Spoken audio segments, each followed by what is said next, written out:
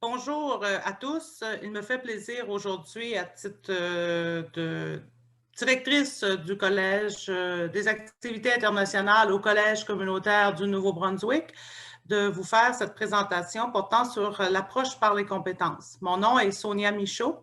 Le thème de la présentation, comme je vous le mentionnais, porte sur l'approche par compétences, mais plus encore sur le cadre de référence pour soutenir la mutualisation des pratiques.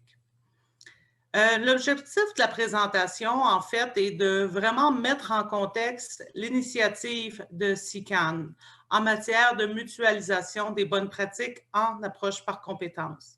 Ce travail mené par Collège et Institut Canada, par SICAN, se réalise en collaboration de collèges canadiens, dont notamment le Collège communautaire du Nouveau-Brunswick, le Cégep Saint-Jean-sur-Richelieu et le Humber College.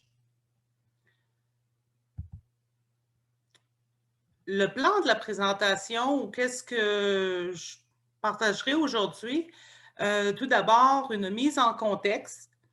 Par la suite, quelques mots ou des éléments qui expliquent ou illustrent un peu mieux le cadre de référence, donc entre autres les fondements et le contenu, la valeur ajoutée de cet outil de référence et une très brève conclusion.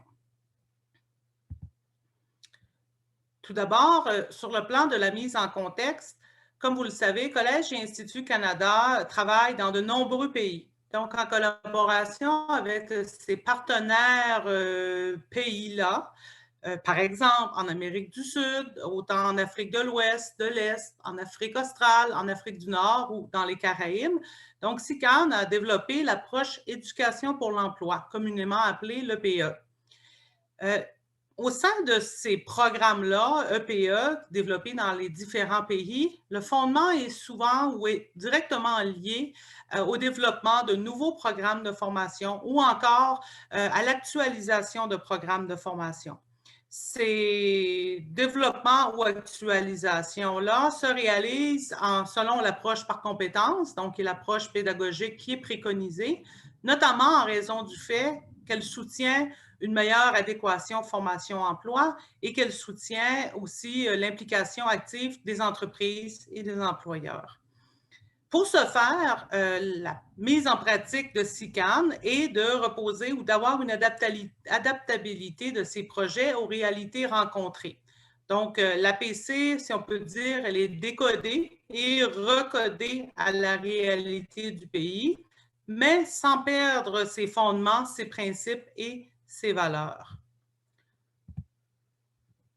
Toujours sur le plan de mettre en contexte l'initiative que je vous partage, au fil des années, la méthodologie APC donc, a évolué au Canada. Elle s'est actualisée dans les établissements canadiens. Et ces mêmes établissements, en parallèle, sont de plus en plus présents à l'international. Donc, si on fait référence tout à l'heure aux lieux d'intervention de SICAN, que sont l'Amérique du Sud, l'Afrique, australe, de l'Est, du Nord ou de l'Ouest, même les Caraïbes, les établissements membres de SICAN donc, interviennent de plus en plus au sein de ces zones géographiques et donc ça amène donc une diversité d'intervenants et on sait que comme les pratiques de la PC ont évolué au sein des établissements, ceci amène aussi de plus grandes mises en application de pratiques parfois un peu différentes. Donc, ça amène une prise de conscience de SICAN de l'importance d'avoir un cadre APC pan-canadien qui, par contre, tient compte des nuances présentes dans les provinces et les territoires canadiens, mais qui tient compte aussi de l'importance d'avoir une vision et une orientation dans la mise en œuvre de l'APC à l'international au sein des projets EPA. Et ce, autant pour les partenaires terrain qui doivent travailler avec différentes institutions canadiennes, mais aussi également pour les établissements canadiens collégiaux qui parfois forment des consortiums ou travaillent ensemble. Donc, c'est important d'avoir en quelque sorte une vision claire et un cadre de référence, une orientation. Ce qui a amené donc à la réalisation d'un cadre de référence et les éléments ou les fondements qui sont liés à ce cadre-là sont donc l'aspect fédérateur et rassembleur de l'intervention de SICAN, qui prend donc toute son importance. Afin d'éviter une multiplicité de pratiques au sein, par exemple, d'un même pays ou encore d'un même établissement de formation à l'étranger, en raison de l'intervention de nombreux collèges canadiens, parfois dans un même projet ou dans un même établissement, sur différents projets. Et ça permet donc de soutenir la compréhension des partenaires terrains au regard de la mise en œuvre de l'APC par nous-mêmes, les établissements canadiens. C'est dans un but aussi de rappeler qu'au Canada, l'éducation ne relève pas d'un ministère national ou fédéral, mais d'une juridiction de chaque province et territoire. Ça veut dire qu'il y a quand même des réalités et des différences au niveau des pratiques. Par contre, ce qu'il faut retenir, c'est que les principes et les paradigmes de l'APC demeurent les mêmes. La mise en place de ce cadre de référence-là se veut surtout et avant tout un outil pour orienter, autant pour les collèges et instituts canadiens, mais également leurs partenaires terrains. Le cadre, donc, repose sur des fondements qui sont, par exemple, les fondements même de l'APC, la participation active de l'apprenant, l'actualisation des pratiques pédagogiques, la démarche itérative qui vise la réussite de l'apprenant, l'implication et le partenariat avec les employeurs, une gestion souple et entrepreneuriale et plusieurs autres éléments qui seront présentés dans les prochaines diapos liés au contenu. Le cadre de référence offre une vision globale, sans se reposer par contre sur des particularités territoriales ou encore des particularités liées au sein des pays d'intervention ou encore au sein du processus d'ingénierie en tant que tel. Donc, c'est vraiment une vision globale, holistique, qui se repose sur les fondements qui sont présentés. En termes de contenu, qu'est-ce que ça veut dire ce cadre de référence? En fait, c'est tout d'abord une introduction qui met dans le contexte ou qui présente l'approche, les buts, les objectifs de la formation professionnelle et technique, mais également les modèles canadiens d'éducation, donc liés à ce que je présentais antérieurement, liés aux différences territoriales et de provinces. Donc, en quelque sorte, le modèle canadien d'éducation, en raison de ses particularités territoriales, a des modes de gouvernance, des différences sur le plan de la gestion institutionnelle, la gestion de l'offre. Et ceci, donc, est présenté dans la première section afin un peu de cadrer et de démontrer les différences présentes entre une gestion centralisée et décentralisée. La deuxième section porte sur les principes et les valeurs même de l'APC, donc qui sont préconisés ou qui sont la vision de SICAN. Les fondements pédagogiques, donc par exemple les concepts, les définitions, la nature même des compétences et des caractéristiques de ces dites compétences-là, les stratégies pédagogiques, les stratégies d'enseignement, d'apprentissage, le point sur la relation éducative, les rôles et responsabilités de l'enseignant également, qui doivent changer ou qui doivent s'adapter à une mise en œuvre efficiente de l'APC. Une quatrième section, pour sa part, porte sur la conception et l'élaboration des programmes en tant que tels.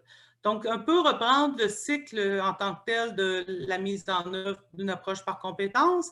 Donc, la conception, l'enseignement et l'apprentissage et l'évaluation des apprentissages. Donc, la quatrième section vraiment permet de faire la comparaison des processus, la description des compétences, la relation avec les principes de l'APC. Finalement, sur le plan de l'enseignement et de l'apprentissage, la planification, donc, ce qui est présenté, c'est tout ce qui s'amène comme changement ou actualisation sur le plan de la planification, de l'approche collaborative, du coaching, de l'accompagnement, de la mise en œuvre des stratégies pédagogiques. Et ça, autant dans un contexte de formation présentielle et de plus en plus à distance. Finalement, l'évaluation des apprentissages concerne la 6e section du document, du cadre de référence, et où on aborde les fondements, les concepts, les principes, valeurs et orientations, les caractéristiques, le processus d'évaluation dans un mode d'évaluation sommative, dans un mode d'évaluation formative, la nature des outils d'évaluation. toujours encore dans un mode présentiel ou à distance. Finalement, les 2 dernières sections de contenu sont orientées sur le changement de paradigme, donc au niveau de la gestion, de la planification, de la mise en œuvre de la formation et l'évaluation des apprentissages. Et finalement, sont abordés les thèmes collatéraux que sont l'intégration des perspectives genre, environnement et entrepreneuriat. La valeur ajoutée de ce cadre-là, donc, c'est vraiment une initiative de mutualisation. C'est un effet de levier sur la mise en œuvre harmonisée des pratiques d'APC. Ça place l'APC dans une perspective pan-canadienne en valorisant les valeurs du Canada, comme on le disait tout à l'heure, la prise en compte de la dimension genre, la gestion axée sur les résultats et le respect de l'environnement. Et finalement, c'est un cadre de référence qui s'adapte à tous les secteurs, miniers, agricoles, le tourisme, et à tous les pays et intervenants. Donc, dans un but de conclure cette présentation-là, juste rappeler que les 8 sections donc, qui vous furent présentées de ce cadre de référence orientent et cadrent la démarche APC, mais se reposent sur des valeurs canadiennes qui sont propres au Canada ou chères au Canada, donc l'inclusion du genre, la prise en compte de l'environnement, par exemple. Le cadre repose sur des principes et des fondements, mais il demeure flexible pour s'adapter aux pays d'intervention et aux institutions canadiennes. Dans le cas d'un pays où la mise en œuvre de l'APC est déjà efficiente, le cadre donc sera un ouvrage de référence pour susciter la réflexion et engager les partenaires dans un partage d'expertise. Dans le cas de pays qui n'ont pas encore adopté la méthodologie ou qui souhaitent l'actualiser, le cadre devient alors un outil d'orientation des principes, des valeurs et des fondements à retenir. Finalement, le cadre se veut aussi un outil flexible et facile d'utilisation pour appuyer les partenaires internationaux et les collèges et instituts canadiens. Il n'impose pas des pratiques, mais propose des orientations retenues par SICAN pour soutenir la réflexion des partenaires engagés dans la mise en œuvre des projets. Et finalement, le cadre se veut une référence pan-canadienne pour une mise en œuvre ou en place homogénéisée de l'APC au sein des projets EPA. Donc, je termine en remerciant particulièrement Collège et Institut Canada, ainsi que les collaborateurs que sont le Cégep Saint-Jean-sur-Richelieu et le Humber College, pour m'avoir donné l'opportunité de présenter cette initiative intéressante de mutualisation. Et je remercie sincèrement toutes les personnes qui ont choisi d'assister à cette présentation-là. Merci beaucoup.